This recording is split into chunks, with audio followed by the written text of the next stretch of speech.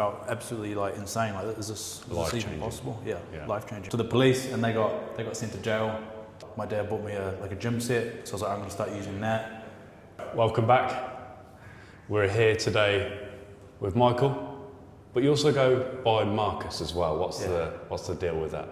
Yeah, we've got two names. Bit of a long story, but yeah, Michael Marcus. Bit of an alias. Alias. Yeah. Alter ego. If one gets caught, I know it was Michael or exactly. It was Marcus. So yeah, we're out in Hua Hin, as you know from the title of the video. We're in a lovely villa at the minute, and we decided to get a bit of content together and just have a little bit of a chat, as we usually do, and hear some interesting stories and about how you came up and where you come from and how you're liking it and the reasons why. So going off the back of that, sort of what brought you to Thailand originally? So you from New Zealand? Yeah. What area of New Zealand, and what was that like growing up there? And yeah, from Auckland, so the main centre. Growing up in New Zealand, yeah, it's pretty cool. I think it's a good place to like grow up as a kid. Mm-hmm. Got lots of nature, like fishing, like mountain biking, mountains, beaches. So as a kid, it's cool. You got lots of stuff to do. But yeah, kind of got sick of Auckland. I was there for like most of my life. Did a little bit of travel. Went to like Bali. I actually went to Bali about 7 years ago after some uni, and I was like, wow, this place is awesome. Like, why do I have to go back to New Zealand and get a corporate job and do all that stuff? So that was kind of like planted in my head to come back like permanently. Yeah, that was a comparison from what you always knew. Yeah. Sure. And it sort of started the ball rolling. And then how long after that was it? What businesses or what were you spending most of your time on in the meantime before it actually got to the point where now you're in Thailand? What was that intermediate period? Yeah, so I got back from Bali and then went to uni. I was studying like calculus and all this random stuff, like having like an existential crisis basically. And then I was like, hey, I'm just going to do the easiest papers I can do at uni, because that's what's going to allow me to just get a piece of paper, get that done. And then I kind of realized that, this marketing stuff, I could probably do my own type of business. So it actually gave me a bit of extra motivation. So I got my first corporate job that I was doing like website stuff, a little bit of SEO. And in the back of my head, I was like, this is probably going to be something that I can like do myself in my own business.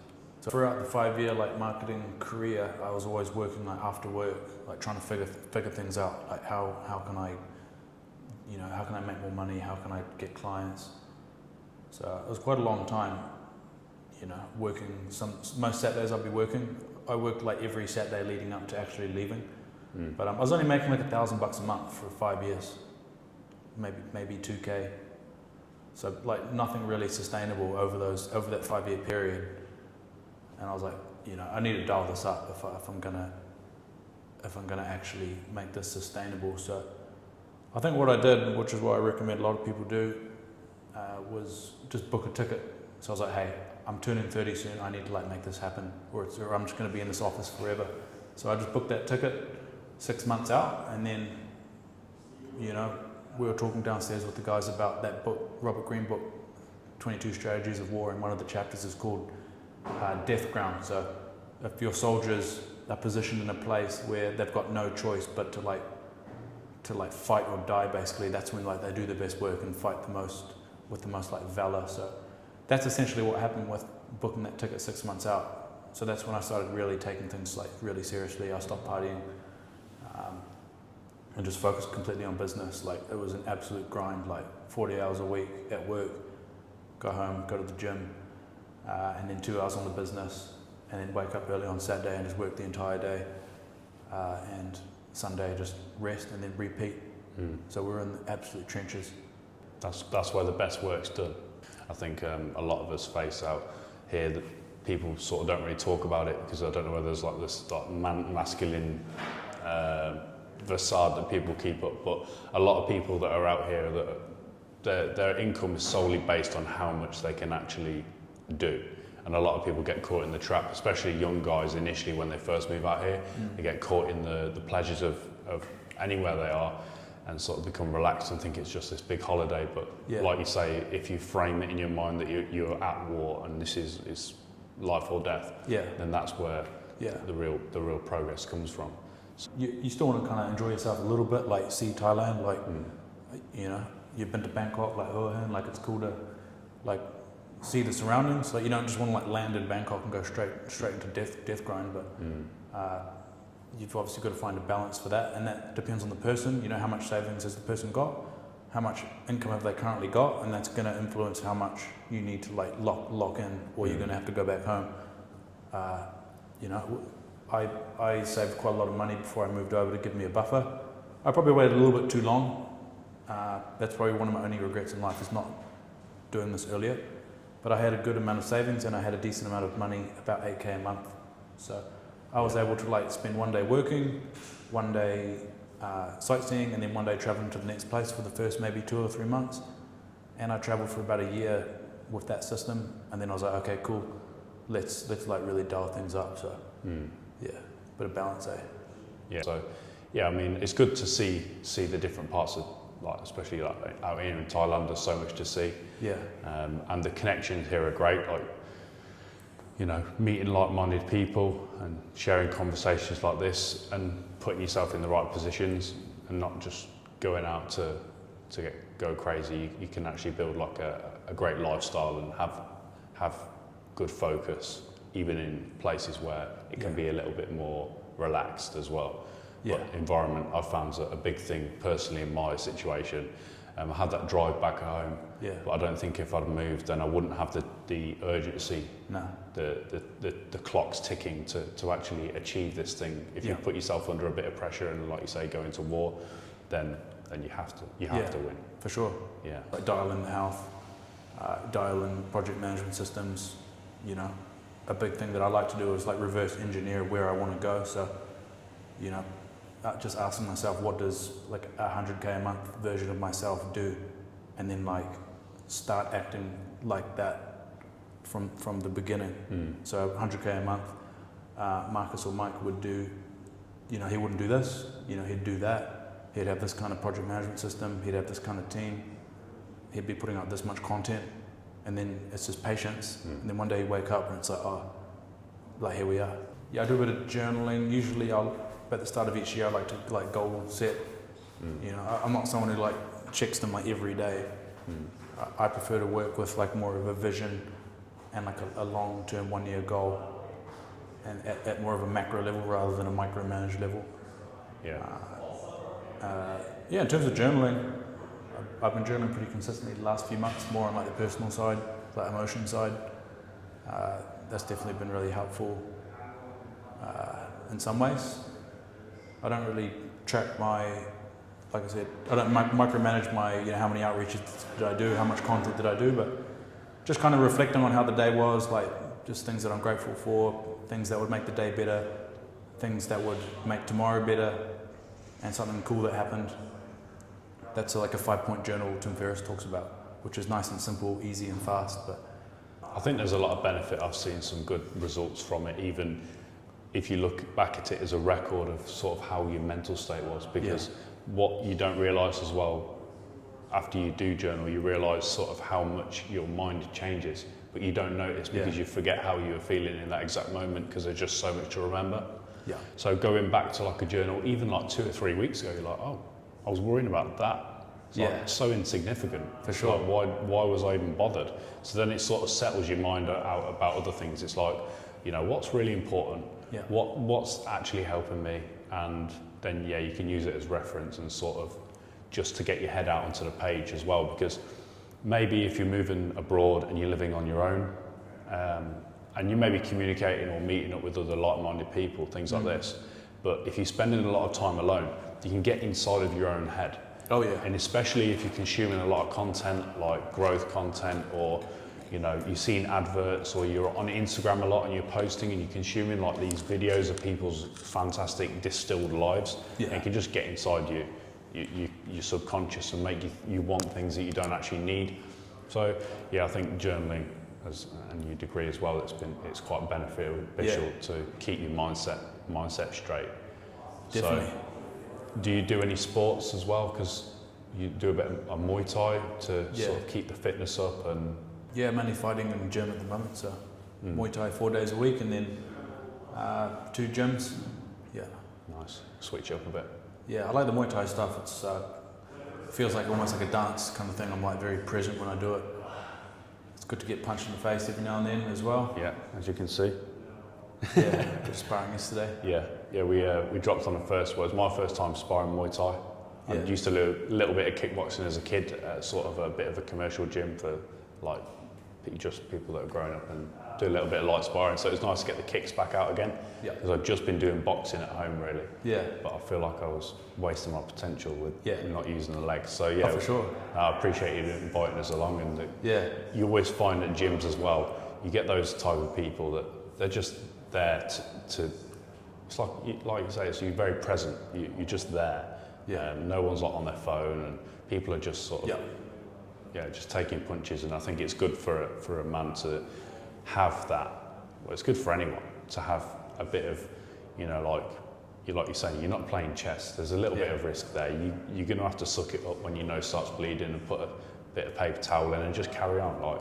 It's very beneficial as well, and it makes you realise, it humbles you a bit as well. Like a lot of people, you'll see that they're doing one boxing session, and then they like walk around the streets like Conor McGregor. But if you fight all the time, the people that fight all the time will actually de-escalate a fight, even though they're very capable. And I think that's a good way to sort of frame things as well.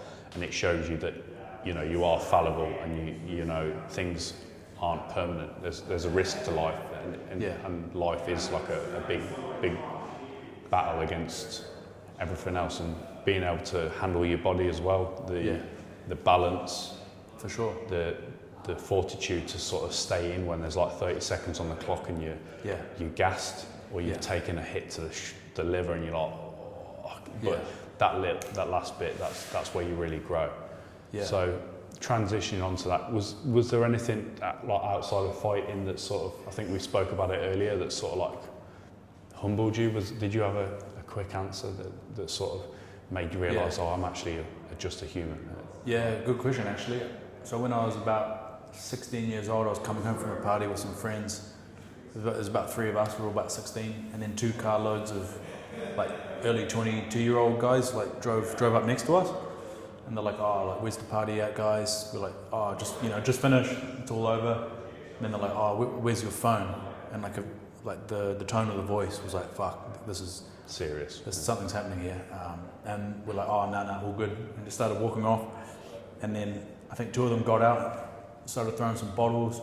2 of my mates scarpered around the corner, and then I had one mate who was quite drunk. He kind of stumbled across the road, so I was like, fuck, I'm not just going to leave this guy on the road by himself with like 6 to 8, older dudes.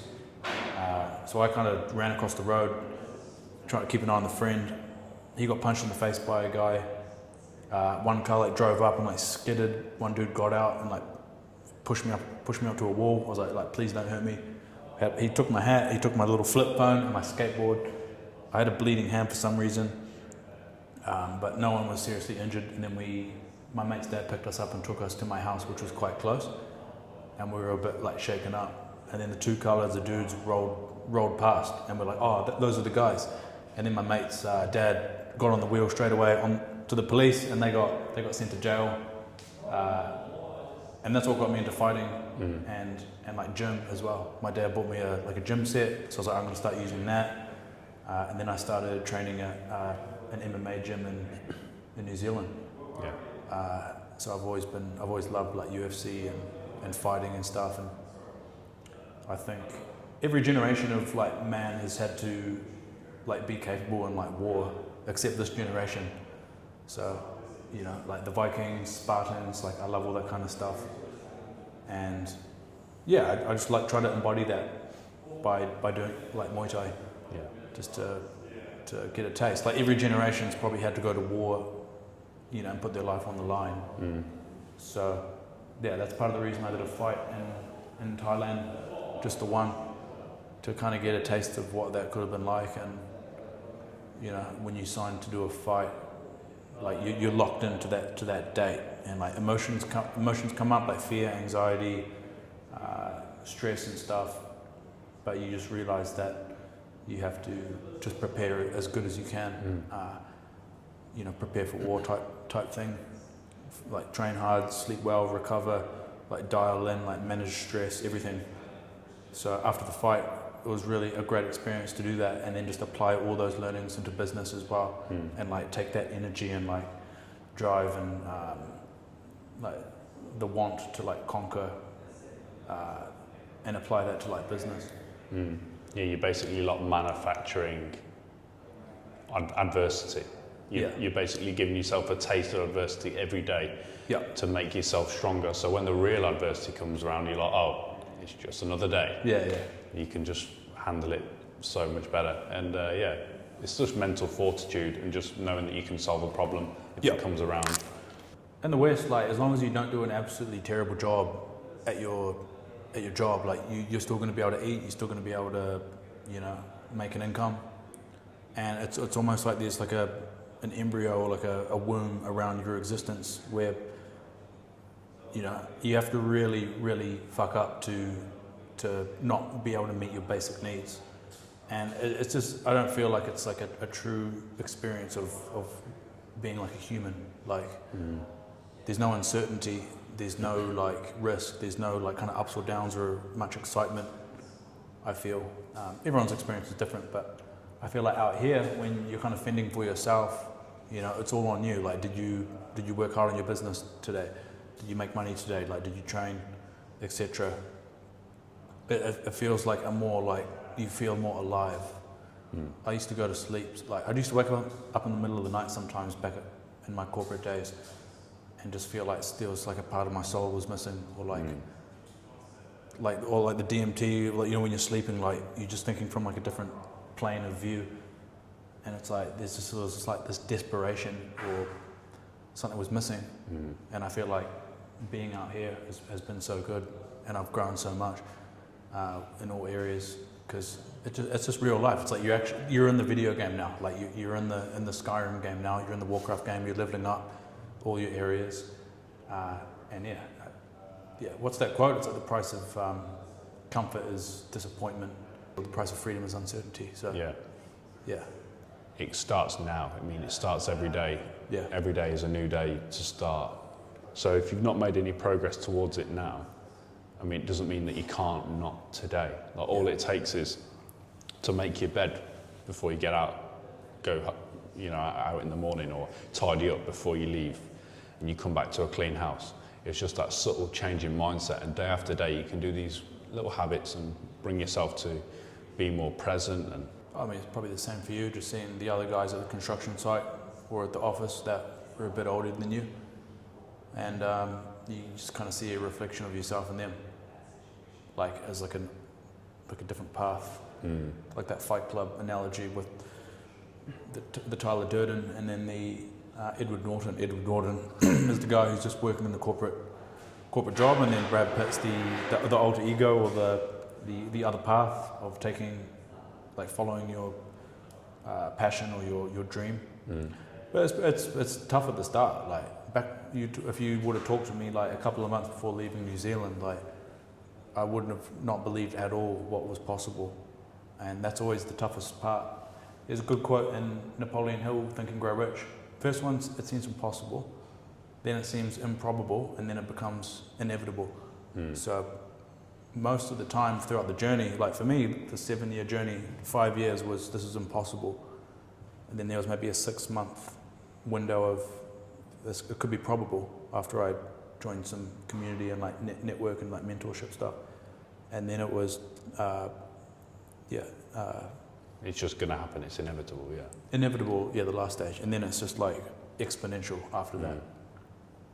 You know, if I felt like, hey, if I was able to achieve what I thought was absolutely impossible, and like basically 40x that, you apply that to everything else, and you just have so much more confidence. But yeah, I mean, it's tough. It was pretty tough during those first parts when you're at the corporate job. Like nobody's talking about traveling and like living your dreams, and you're in this mastermind. You know, a mastermind being a group of minds that are all just at the 9 to 5 and just accepted that this is it. This is cool. It's very hard. It's like the hardest part of the journey, because you're not surrounded by other guys or other people that are thinking the same way that you are, and like supporting each other and talking the same thing, like speaking confidently about, you know, their dreams and stuff. You know, you don't know how to make money. You're not surrounded with people who are making money. It's the hardest part of the journey. It's absolutely the start. It's the lonely chapter. It's between one life and another. You've set out on this mission, and the people that you know you as your current self. Exactly. And you start to stray from that, and that too. You'll know people will be thinking, whether they say it or not, it's like, well, this is not you. So you may also have to leave friends. Like I had to sort of, not because I disliked them, but because they weren't where I needed to be. And it's essential, because if you're hanging around with people, you've heard it before, 4 bad people, you're going to be a 5th bad. That's just very simple way of saying it. You're the average of the 5 people you hang out with. That's the one.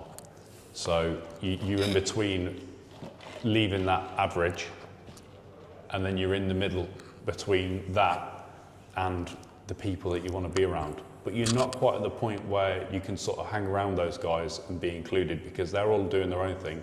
But what I'm trying to say is, in between those two, you've got to go at it alone and have laser focus and stay disciplined and put yourself in the right situation so that you can be in the position that is conducive to success. Yeah, I think every guy needs to go through that, dark night of the soul moment, or in the trenches, or like being the lone wolf for a bit. Like you've got to try to create something. I mean, if I look back, it would have been good to join a community. That's actually what helped me start to get some serious momentum leading up to leaving, was joining a mentorship and kind of community, because everyone's talking about digital marketing agency, how to make money with that. So I think that's definitely one of the hacks, I suppose, is to just start hanging around people who are doing where you want to be. Yeah, even if it's a different industry. Like there's 6 guys in this house at the minute, and not one person really does the same thing. Yeah. But the mindset's all there, and the way that you succeed, it's all the same framework. It's just with different letters and numbers. Yeah. It's your willingness to put yourself forward, and the ability to attract attention to a great product. That's the framework, right?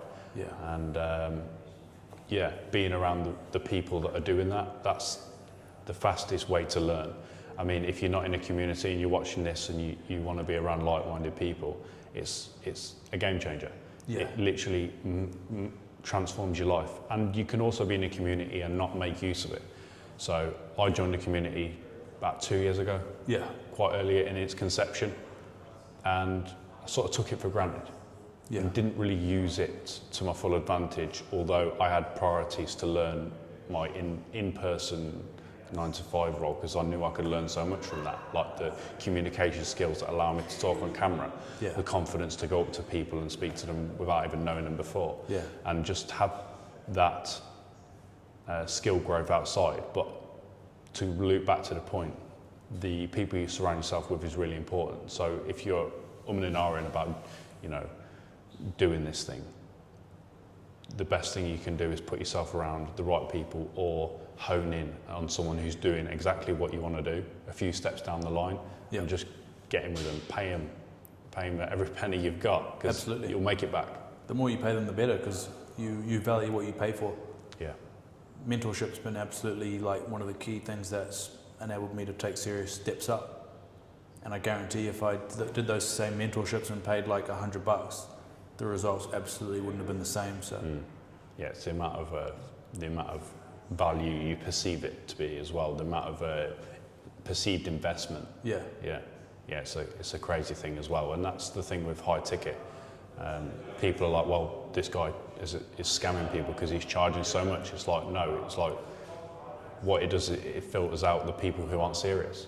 Yeah. And then what you do is you accumulate a team of very serious people, and then that is where the value is. Yeah.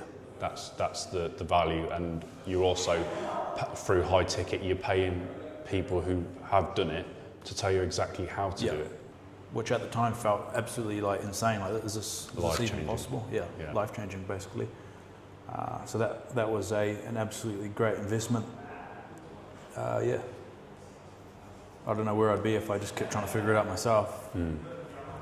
yeah, there's definitely merit to finding the right person, making sure that they're credible, Yeah. and yeah, you skip a lot, but a very cheap way of doing it, and obviously it's less fruitful, but a cheap way of getting this information is to read books from successful people. You basically get in a distilled works, and it might not be everything they know because they don't want to give all the secrets away. Yeah. But for $10 or a small amount of money, you can get a lot of value as long as you can sit there and consume it, like stick with it and reread pages and go back and actually properly ingest it.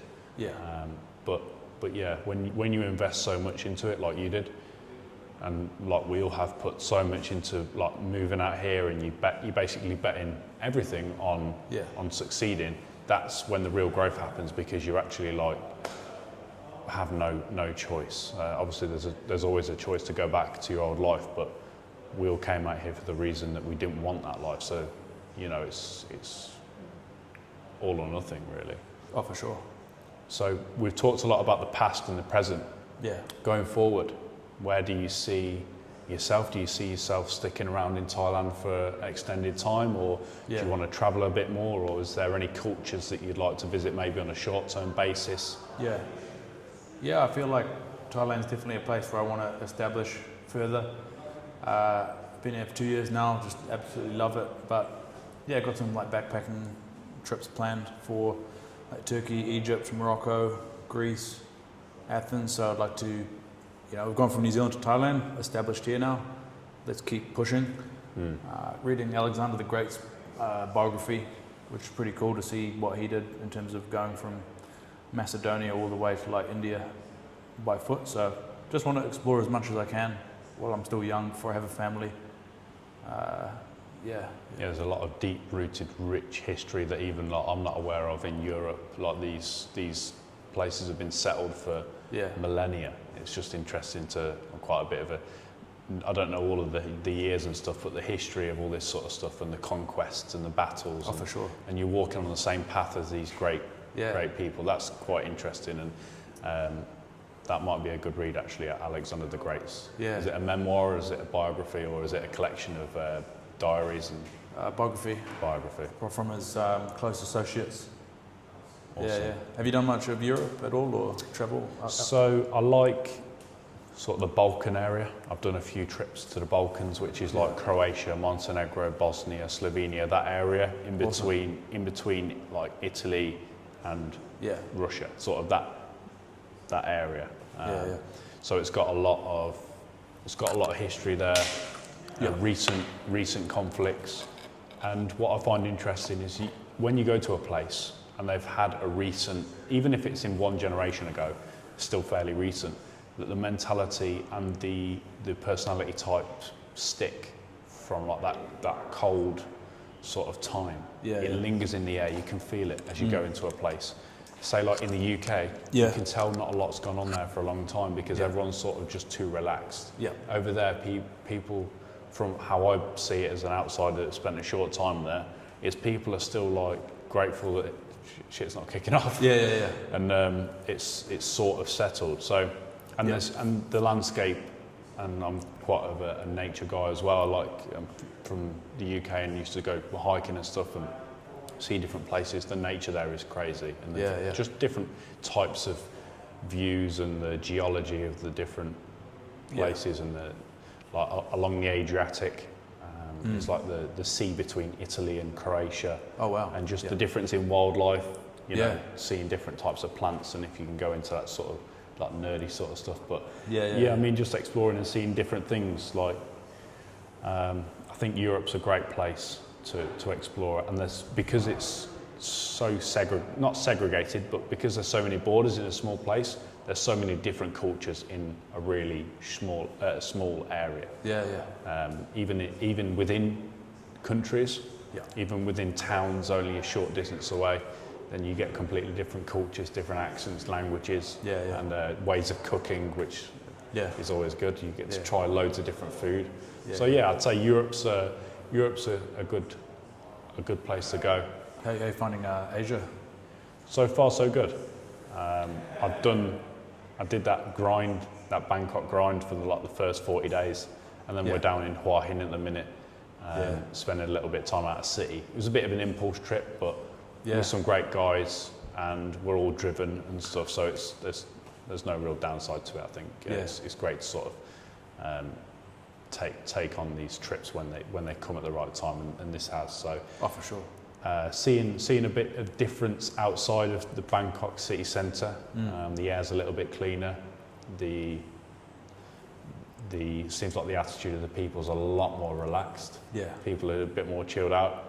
As obviously in cities you get a lot of business and tourism and that sort of stuff. So everyone's on the go, everyone's rushing and that sort of stuff. So there's difference in lifestyle, but I mean for me so far I've developed, even in the last month and a half, tremendously from where I was even sort of at Christmas this year. Yeah, awesome.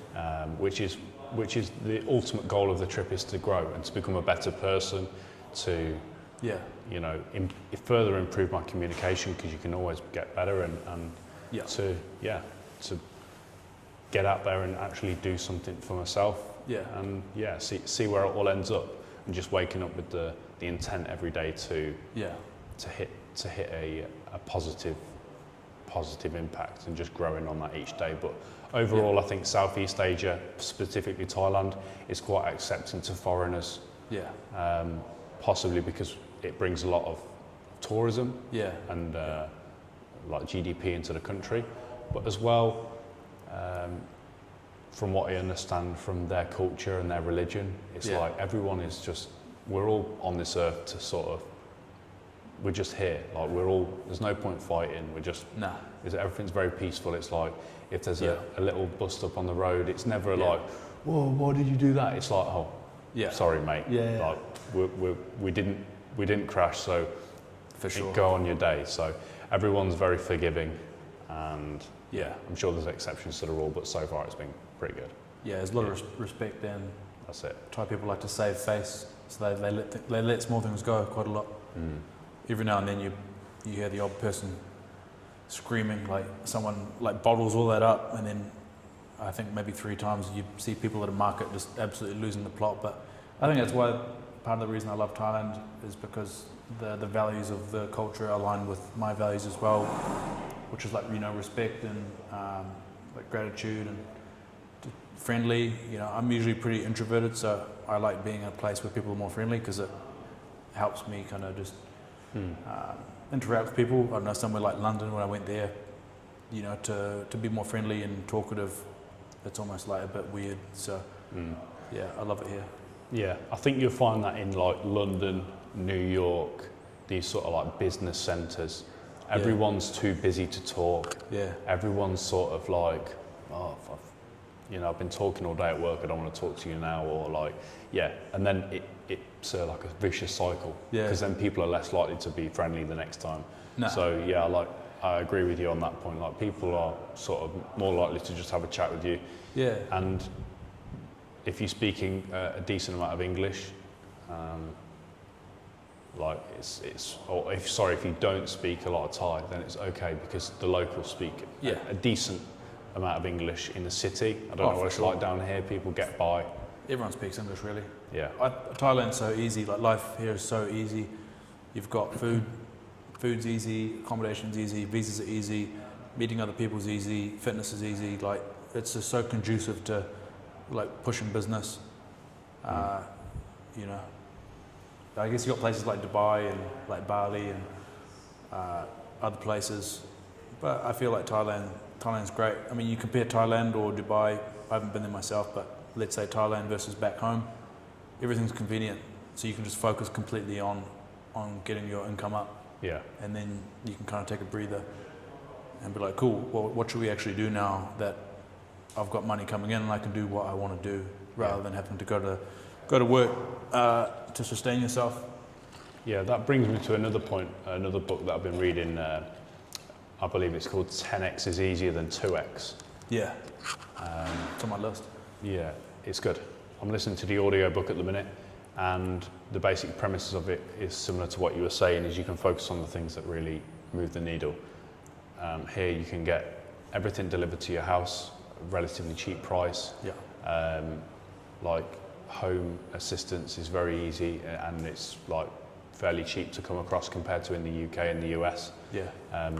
Like you can have someone to come and clean, someone to come and cook for like a decent amount if your time is worth something. If you're, you know, it's not going to be worth it if you're here on holiday, but if you're making use of your time and it's got significant value, then it's much more cost effective and, you know, productive to sort of put it into the things that matter rather than sort of sweeping in. Yeah. That, not because you can't be bothered to do it, but because it's more it assists the come up, and you can help more people basically in turn. So you're outsourcing. Like you outsource maybe like video editing or, you know, website maintenance. You outsource your laundry and dishes as well. Yeah, and cooking, delegation, and that sort of stuff. Yeah, it's more time. It's quite good. So yeah, it's important to figure out what really helps, and I'd say Thailand overall is a good launch pad. You can have anything from the top to the bottom. It's got a really broad range of things, like especially in the city, you can live this ultra high luxury lifestyle, and you can also sort of eat street food and live in a hostel and go to the park, to the free gym. You can literally do everything in between. So it's got this big broad range, so it attracts a wide number of different backgrounds and peoples and all that sort of stuff. So you're always hearing different stories. You know, there's people from all over the globe here, and it's been great for me as well to sort of hear different viewpoints and different aspects of how people view things. And you know, because we all grow up with the internet. Well, nowadays everyone grows up with the internet, so we've got a bit of an idea of how people live across the world. But it's good to just have a chat with us and ask, like, is it really like this at home, like, or is it just like the movies? And that sort of stuff, and connecting with people and just spending time with people who think the same way, and for sure exchanging stories of, you know, just so you know that you're not in it alone. And that's another benefit of being in a network.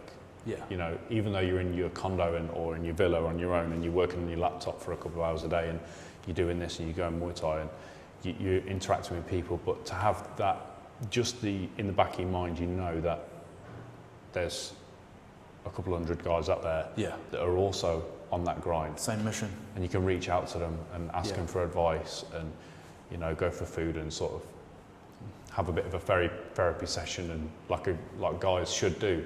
This G time that you have with other guys is really important. Oh, for sure. Or else it'll, like you say, it'll all bottle up and just it goes out of control. But oh, for sure. Like you say, Thailand, like, it's a great launch pad. That's the perfect way to put it. It is a great launch pad. It's the best launch pad, I think. And I think at the start of the launch, it is a lot of hard work that's involved. A lot of grinding, a lot of time in the apartment just grinding, and if you're not part of like a network or community or whatever, it can get like quite lonely. I think you're going to ask about being a digital nomad or expat or whatever. One of the big things can be the loneliness side of it, especially if you're doing it all on your own. So that's something to watch out for, because it can get lonely if you're just grinding all day and you haven't got a network or like group of friends, because you've got to have a bit of that balance, otherwise you do get burnt out. Yeah, definitely. You know, you don't just come to Thailand and everything gets fixed, or like you start making money. Like you got to absolutely grind hard, put in the work for sure. Yeah. Like I've come like light years from when I first left New Zealand, but I'm still working, you know, at least like 8 to 10 hours a day. That's because I love doing it. I don't have to, I just love it, and I just want to keep growing, and I love business. But there's definitely a lot of work involved. And again, you want to like build a lifestyle that's conducive to making money and getting launched. So like you say, in Bangkok or in Thailand, affordable, good people, friendly, good English, good visas, etc. So I think that's why it's the best launch pad. Yeah, definitely. It's got a great platform to win.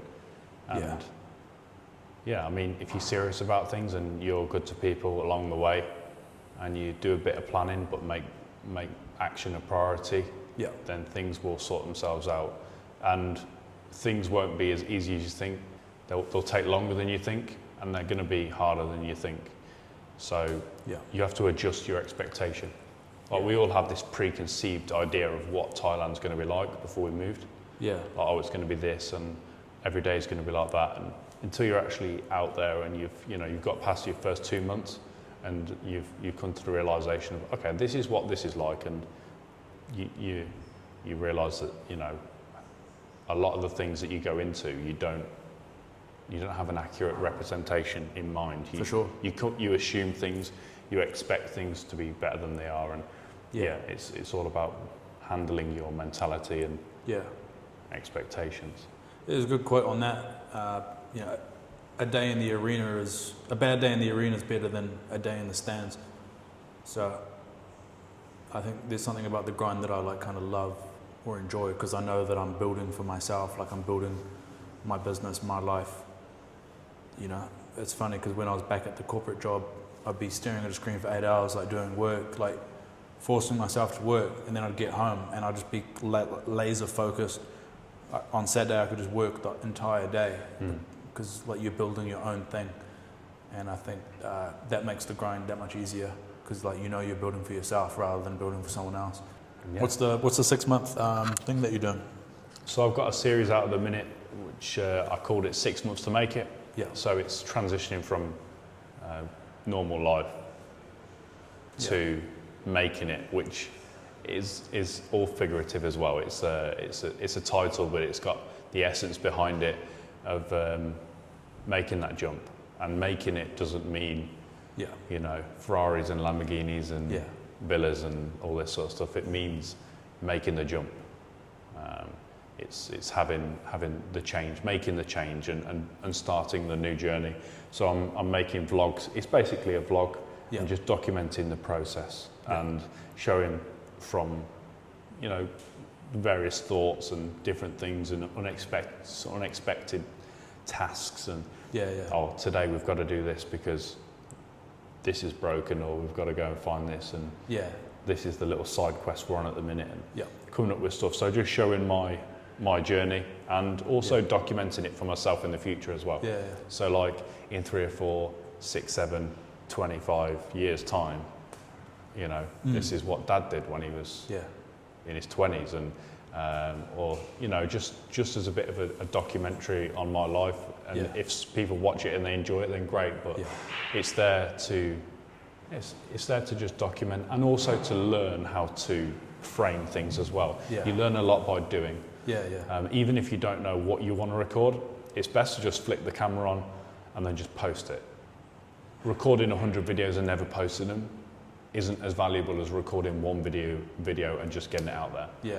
So I decided to bite the bullet and just post what came to mind, and then slowly optimize it as we go. And then maybe after the 6 months I'll get a new series, or we'll just continue to post things of the same nature. But you'll see the progress of me from where I am now, and if you're watching this in a few years' time, then it's all worked out. So, but I've got good hopes for the future, and everyone here's got a great mentality, and that winner's mentality, and that's what we're trying to promote, is that it is possible. And that's what I want to show as well. Like, this is me now, and this is where I am today, and you're not actually that different from me. It's just a few steps. So that's to close it all together. That's it. It's to inspire. And that's what I've always enjoyed doing. I've always enjoyed talking people up and making them realise how much they actually have. Really, what you've got now is so much valuable than you actually realise. You live and you breathe, and if you're watching this video, you've got eyes, and that's enough to be happy about. For sure. We're out here in the arena doing it. What would success look like for the 6 month documentation?